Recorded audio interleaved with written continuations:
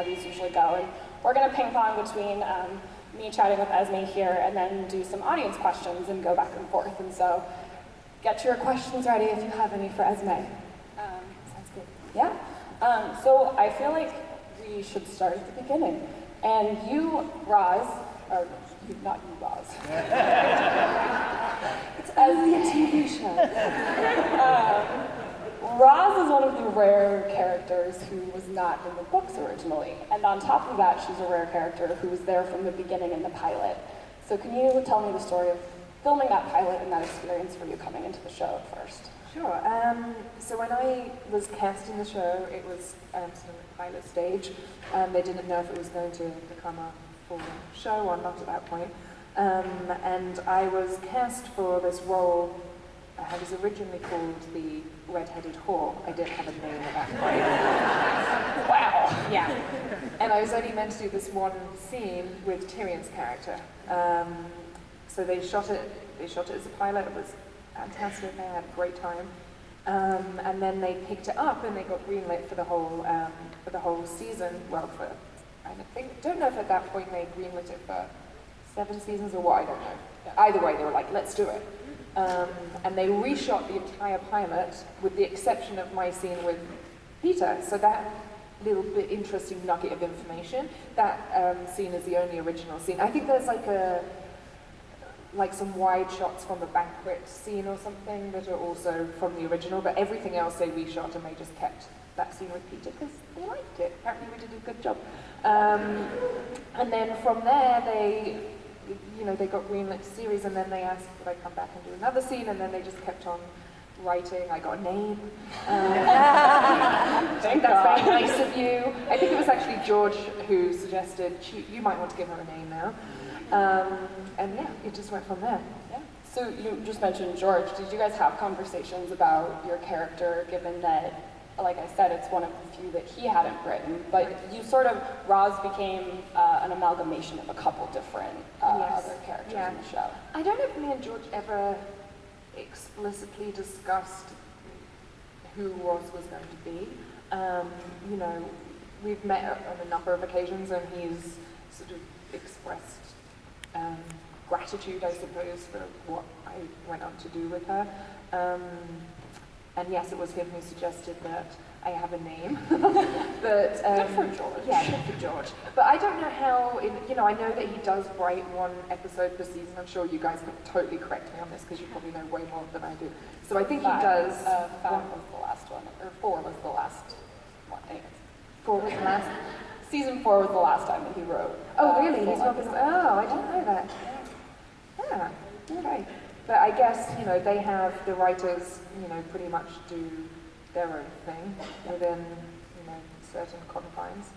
So, yeah, it was really David and Dan, the showrunners, who steered the direction that Roz ended up taking. Yeah. And what was it like being a part of the show so early on before the world kind of caught on to the phenomenon and led to us all being here? Well, I don't think anybody had any vague idea what it was going to become, and I mean, thank God, because if I had known what it was going to end up turning into, I don't think I would have ever got the part, because I would have been so nervous in those auditions. So it was really exciting seeing, because even after we shot the whole of season 1, we still, had no gauge from the public as to what they were going to think of it. And it was really fun watching as the first season progressed, people getting on board with it and getting really, really excited. And then I think it wasn't until I did my first convention I really got it. I was like, wow, this is a big deal. Yeah, it is indeed. Well, we can take a couple questions if that works for you for now. Yeah, absolutely. There's a microphone right up here, so this is the only one if anyone wants to pop up. Have any questions? There we go. Yay. Woo. And it's breaking the seal. First, what kind of direction did you get once you got the part? I mean, because you sort of turned into, and I think what everyone loves about you, sort of your Roz and the fun-loving one. No, really, I mean, you're perky and cheerful and smiling as much as you can. Given Unlike anybody else in Game of Thrones, yeah. There's not a lot of fun going on there, right? Yeah. So did you get direction along those lines, or was that something that just sort of spontaneously came up? No, not really. I mean, no one ever said to me, you're the fun-loving whore, ever. Never. Funnily enough. I think the way that they wrote her was fairly humorous. At least I found it humorous.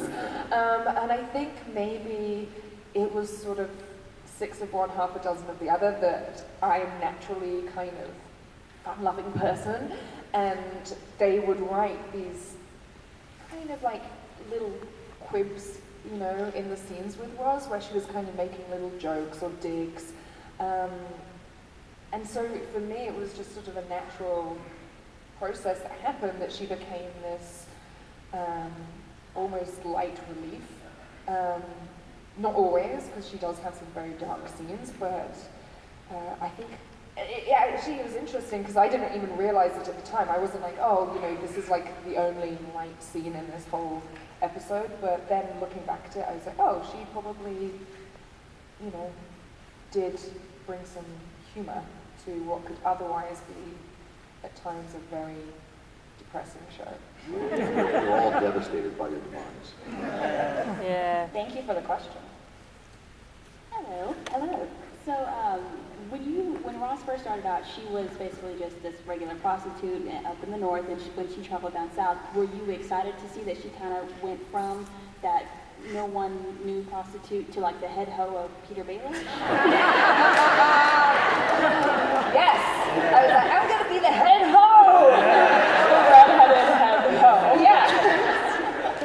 No, I was excited, and they gave me an inkling at that point that she was going to go on to become a spy and other cool stuff was going to happen.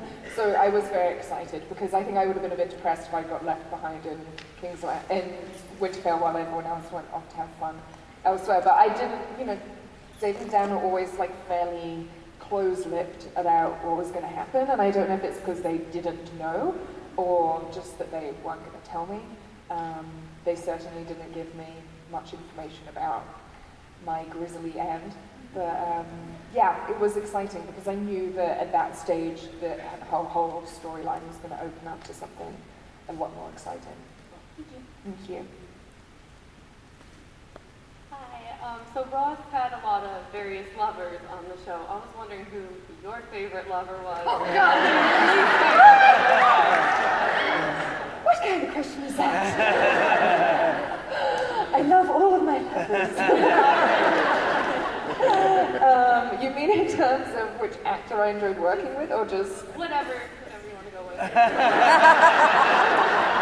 I don't know how to answer this without getting in trouble with somebody. I had a lot, I mean, honestly, there wasn't anybody that I didn't enjoy working with on the show.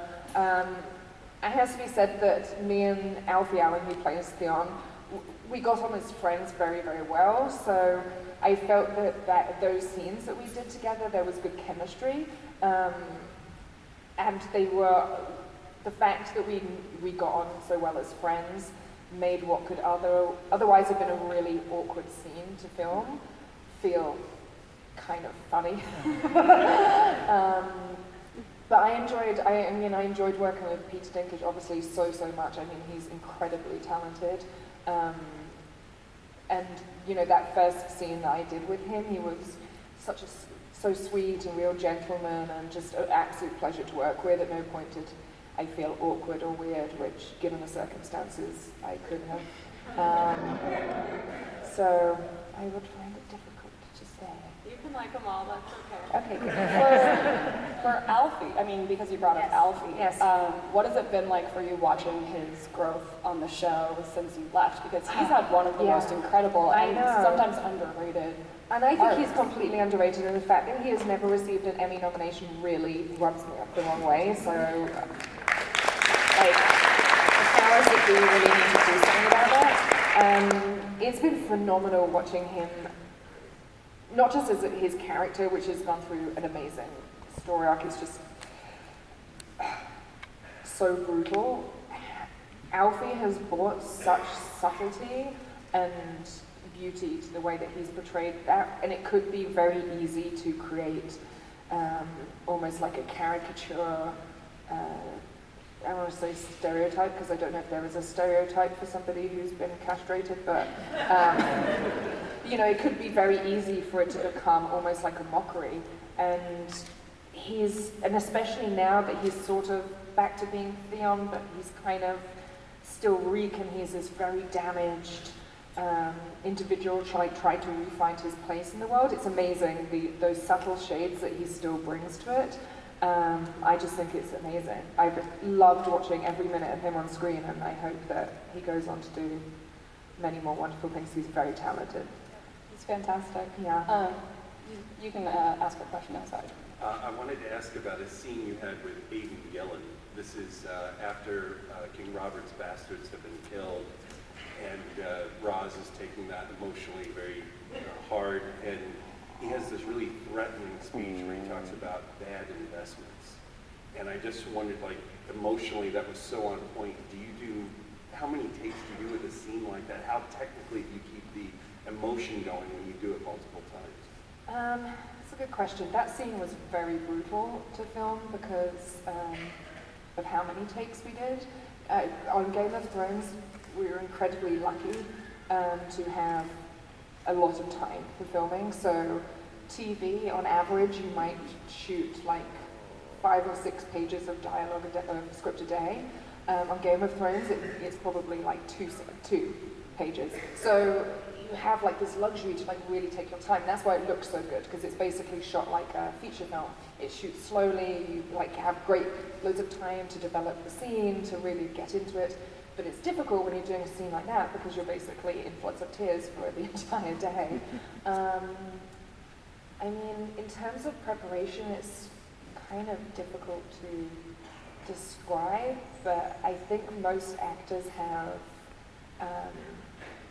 at least for myself, have shortcuts to different emotions, so that, you know, because you do your preparation work and you know the character inside out by that point, and you know what she's been through.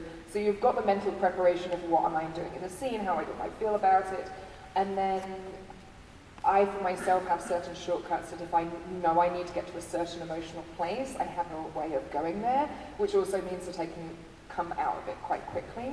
Because if you sit in that space for like an entire day, it's, you know, it's pretty devastating. And it is hard, like after a day of that kind of, shooting that kind of scene, you're just like completely wiped. You don't want to talk to anyone, you're just exhausted. But Aidan was really fantastic that day. He was very respectful that in between takes, you know, you don't want to be like laughing and cracking a joke, and, you know, to give a certain amount of space so that you don't have to be coming in and out of it all of the time. And yeah, he really made that process a lot easier.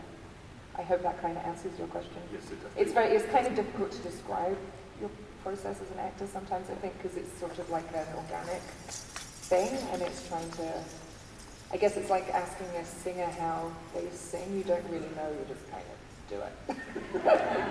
Thank you. Next question. Hello. First, I just wanted to congratulate you. I think Roz was one of the only characters in the show who was able to say, "This is Lord Peter Baelish's establishment," without immediately getting backhanded. So I think it's good for you to hang your hat on. And when I think about Roz, you know, there were so many great scenes, and they were very different from each other. You had some really funny scenes. You had a really violent scene with Joffrey. You had a really tender scene with Shay, where you're kind of trying to protect Sansa. And I was wondering, did you have a scene that was your favorite, or that when you look back on, you feel really proud of? Wow, picking a favorite, that is tough.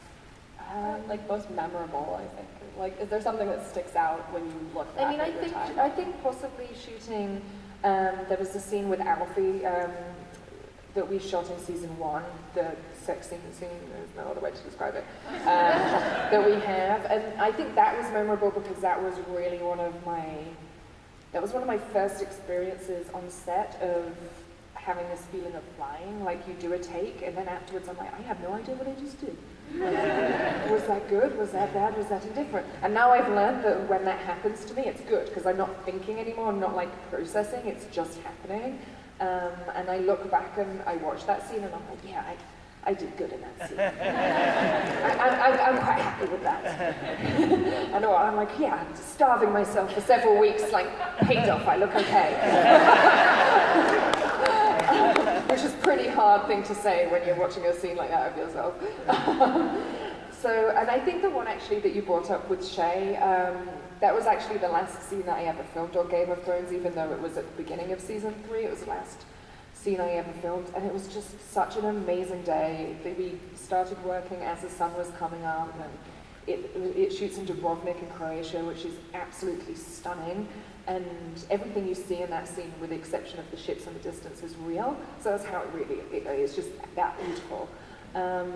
So I think that will always stay with me when I think about Game of Thrones, because it was my last scene. I got to work with Sibel, who I love dearly as a friend, so it was lovely to get to work with her. So yeah, I think that was possibly one of the ones that I'll always pulls on my heartstrings. Thank you. Speaking of memories and everything, you posted a really great Throwback Thursday photo, which I think we have. Oh my God!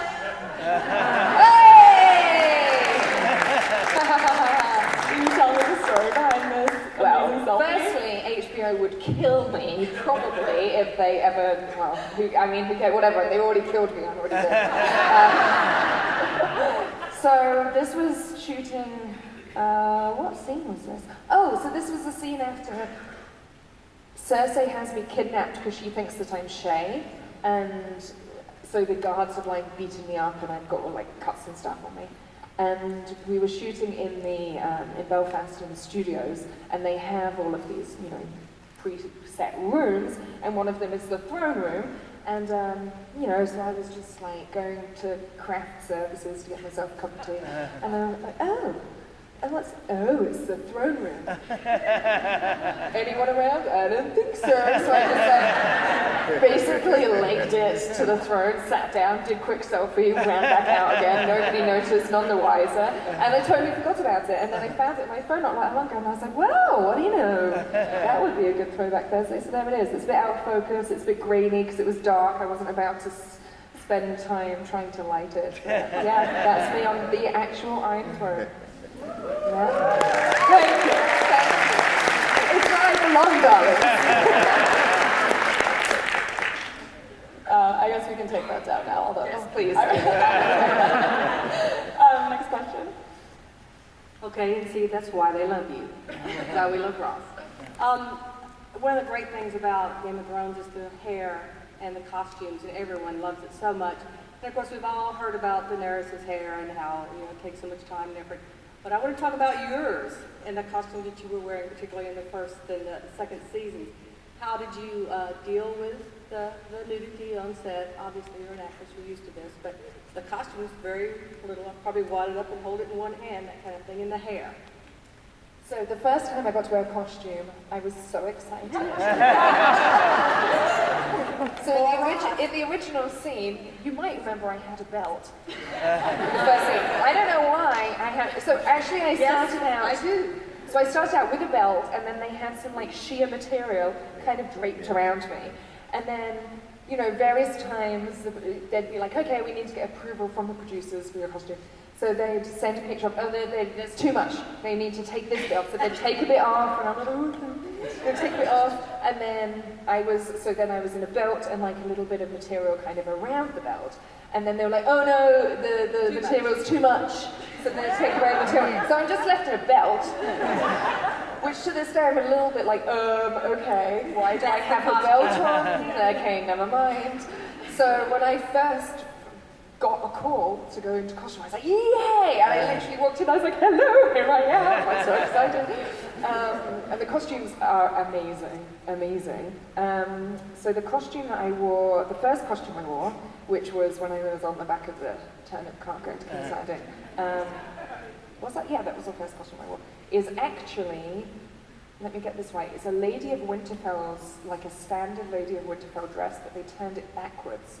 so that it was meant to be worn the other way round, but they had it so that the lacing was over the boobs, because that's how ladies of the night did it. And then the cloak I have on is a soldier's cloak. So that was a little story behind that. The hair was awesome, so they made this custom hairpiece for me, which they would sew into the back of my hair. So they'd do like a plait from like here to here, over the back of my head, and then they would sew this hairpiece in every day, much to the detriment of my hair, I'm afraid to say, but it looked awesome. I was like, I want my hair to be like this all the time. And people still are kind of disappointed sometimes when they meet me, because they're like, where's your hair?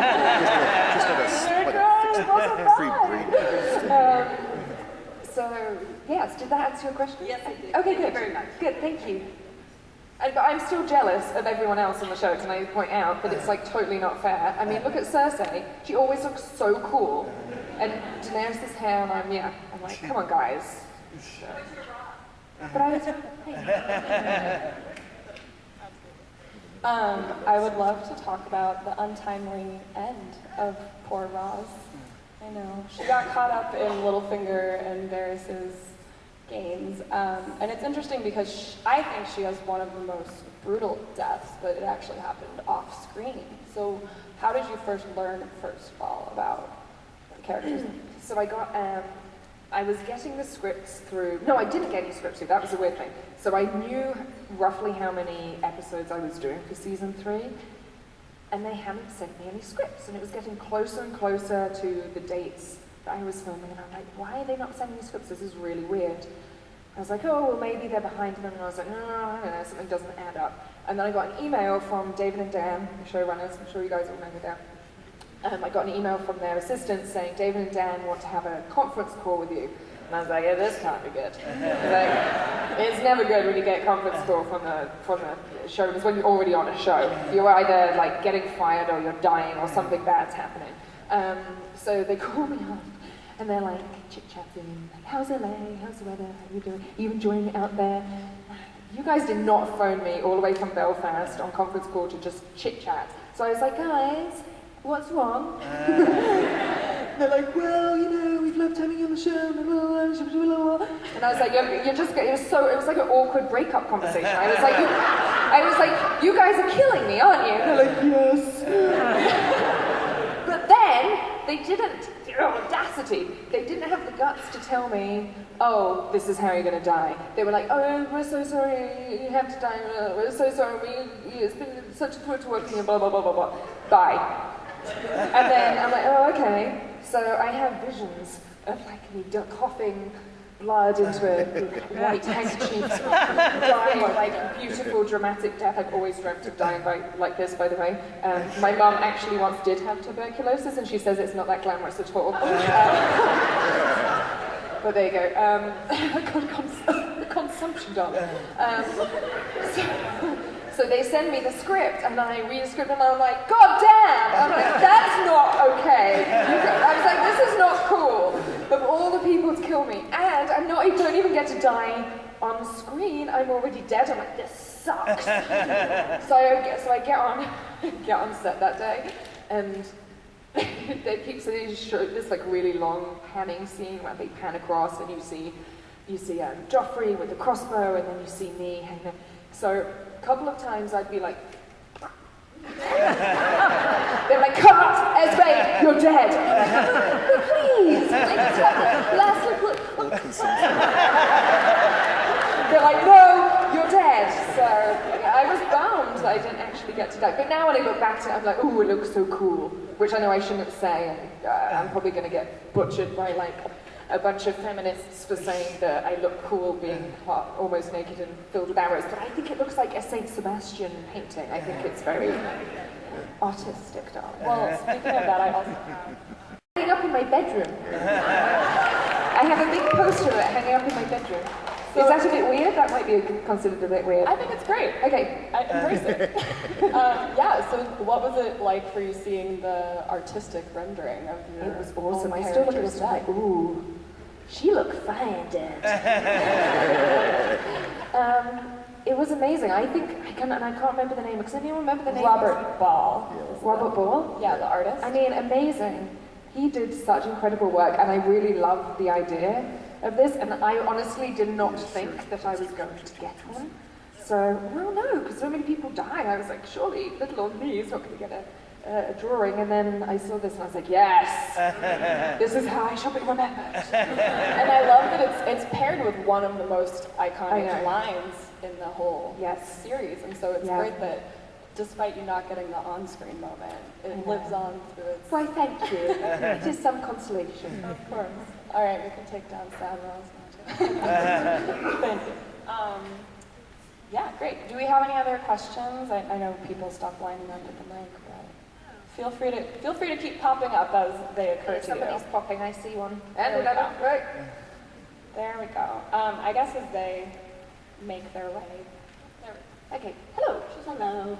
Alright, so I loved your character. I thought she was just, from where she started and to where she ended, I was so disappointed at your death.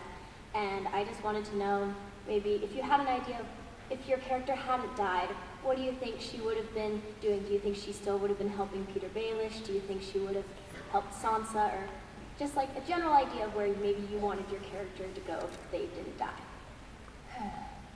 So I always had a little bit of a theory that Roz had feelings for Littlefinger, which I think will probably be slightly diminished when he threatened to kill me. Called me a collection of profitable holes, I think was his actual words. So maybe she went off in a little at that point. But I did have this kind of vision that like one day they would be married and run the brothel together and all of this jazz. Do I think that would have really happened? No. You know, I kind of... to me, the joy of Roz was that she was never... not that she wasn't ambitious, but she didn't have dreams to, like, rule 7 kingdoms or, you know, kill anybody or marry, you know, some girl with 20 names. So I think that, you know, if she'd stayed in King's Landing, if she'd run the brothel, like something like that, I think would have been enough for her to be happy. I think she probably would have wanted to look out for people like Sansa. But I really would have liked to see her just like settle down and have a family. It'd be kind of normal. Which I know sounds ridiculous, but I just think that is like a, compared to everybody else in Game of Thrones, I know that seems like a very modest aspiration, but I think that that's what she wanted. She wanted normal life, normality. I agree. Thank you. Hi, I was wondering about this scene where Ross has to beat the other prostitute in front of Joffrey. Was that like really hard to film, and did you have to do multiple takes? And I heard that the actor that plays Joffrey is like a really nice, like sweet guy. Yes. So, like, how was that filming that scene, basically? It was weird. Just weirder to keep talking about. Yeah. Yes, Jack, who plays Joffrey, is a very sweet guy. So I think he felt pretty awkward about it. But the thing that was like really difficult is that stupid thing that I think. Yes, it's called a scepter. Thank you, scepter. So this scepter had like a what was it? Deer head antlers. Like it was like a Baratheon thing. Yes, it was a Baratheon thing. So it had antlers. So obviously I'm not beating her with it, and I'm not doing anything else with it, which is like for some reason some weird internet rumor started that I was doing something way more graphic with that thing, which I wasn't, and I don't know where that rumor came from, and people are sick. All I'm going to say is if you manage to have a sicker imagination than the writers of Game of Thrones, then well done. Somebody did. So that's not what I was doing. I was just beating her, but of course I'm beating this pillow. So every time I hit the pillow, the goddamn antlers come flying off of this thing, and then they have to glue them back on. So it was, and then they're like, well, you just can't beat it that hard. And I'm like, well, I meant to look like I'm actually beating someone to inflict injury, so anyway, it was weird. It was like one of those days on set where I was like, I feel like creepy and uncomfortable, and which is in contrast to like some of the other scenes, some of the sex scenes I did where I never felt like that. That day was just, ugh. Like I still get like feel shivery and gross when I think about it. Yeah, it wasn't fun. Thank you for the question. Thank you so much. Yeah. Hi. So I position. And considering that you're the most wonderful whore, I was wondering if you thought that it would... I'll never get used to this kind of thing. That's one way of putting it. I was wondering if you thought that maybe Roz should have had a little bit more interactions with not only the other whores, because there are a few scenes where some of the whores are, talking to each other.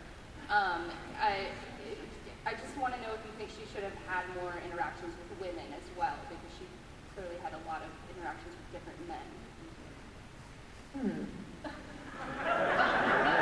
I think it would be hard to say that I would have wanted more sex scenes. I mean, possibly, I don't know.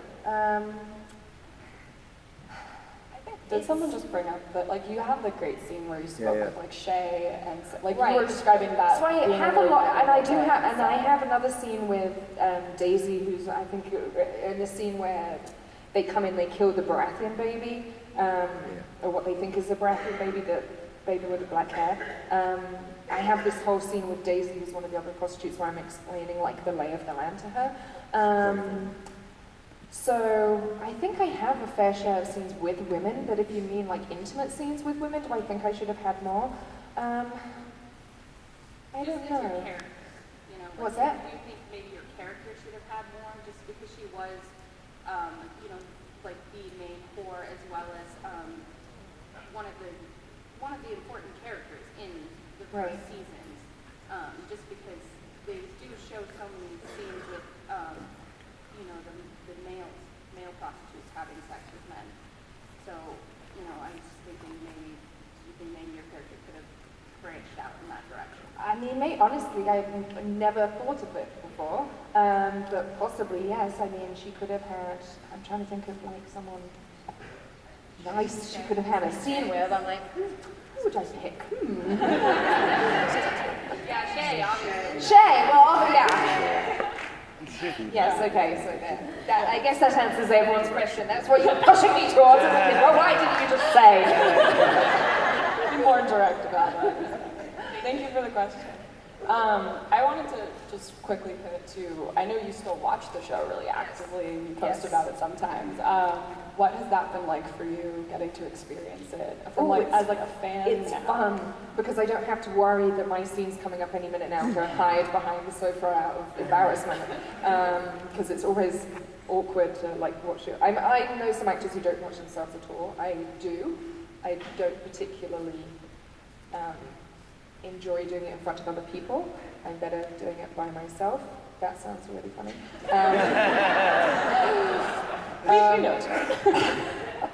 But I love watching it because I don't have to worry about, seeing myself in that whole awkward, I don't like my chin in that scene or whatever. So I love it. Yeah. Who are you really rooting for as we head into this final season? Sansa, Arya, definitely, Tyrion, obviously. Really Sansa and Arya right now. And then Jon Snow, even though, I don't know. I don't know about this whole Jon Snow, Daenerys thing. I think it's a little, I don't know. What was that noise? I don't know, I can't decide what I think about that. You can be undecided. I'm undecided as of yet. Okay. Yeah. It's a mixed bag. Yeah. All right, you can ask the next question. Well, you just brought up Jon Snow, but you had a chance to pop his cherry. Wasn't on the show, but it was definitely talked about. Did you miss not giving that? Did I miss not popping up Jon Snow's cherry? I cannot answer that question. I don't think we need to keep asking about sex scenes and what happened. Because there are I cannot possibly answer. There's no right answer for that question. Next. Sorry. Thank you for the question. Hi there. Hi. I liked what a previous question asker said about Roz's arc, because she kind of started off in this small brothel in Winterfell and ended up in the capital of King's Landing, because in a lot of ways, kind of mirrors your own personal run with the show because you were only hired for the pilot. And because of your amazing talent, you turned that into a 3-season run to become one of the most loved characters of the entire show. So I'm wondering if you could talk a little bit about when you learned that your run had been extended, and just kind of how that process worked throughout the 3 seasons. Were you immediately renewed for the full 3-season run? Was it kind of an episode-by-episode basis? How did that work? Yeah, it was on an episode-by-episode basis. So with recurring characters like that, unless they know, like Jon Snow again, for example, they know he's going to be in it until whenever he's in it. I don't even know. Well, none of us know, whatever. So if you're like a recurring character, like I was, you tend to be renewed on like a episode-by-episode basis. So I didn't know how long my arc would go for. Now on Game of Thrones, they actually write all 10 episodes before they start filming, which is quite unusual for a TV show. A lot of TV shows will actually like write maybe the first 2 or 3 scripts and then they start shooting and they write as they go along. But in Game of Thrones they don't. So I would know before they started shooting the season like how many episodes I was going to be in and therefore what my arc would be in that season. But I wouldn't know like what would happen the next season. And maybe they'd give me a bit of an inkling towards the end. They'd be like, oh, this is kind of what we're thinking. But it wasn't like I shot the pilot and then they said, oh yeah, we're going to keep you for 3 seasons and this is what's going to happen. It kind of came piecemeal, which was fun because it meant I didn't have any idea what was coming, which as an actor, I think really, it's challenging as an actor knowing what is coming down the line, because in life we don't know what's going to happen tomorrow. So sometimes if you have knowledge that something momentous is coming up, it's a little bit hard not to play the ending. So not knowing is fantastic, because then you're like, well, I'm as clueless as everyone else. Thank you. Thank you. That was a great question. Thank you. Hi. Hello. So, Roz, one thing that I liked about your character is that she seemed to have a lot of, she wasn't mindless. She had ambitions, she had things that she wanted to do. And so she left the north, she went down south with the foresight to see that being up north isn't going to be any good for me anymore. And then she ends up working with Littlefinger, who was a master manipulator. And of course, Roz started working her way up the ladder at the brothel. So I was wondering if you thought that maybe she was being manipulated by Littlefinger, or if maybe she was a little more complicit in his plans instead of being less of a pawn and she was taking more of an active role. I mean, honestly, I think Littlefinger underestimated Roz and Roz underestimated Littlefinger. So I don't think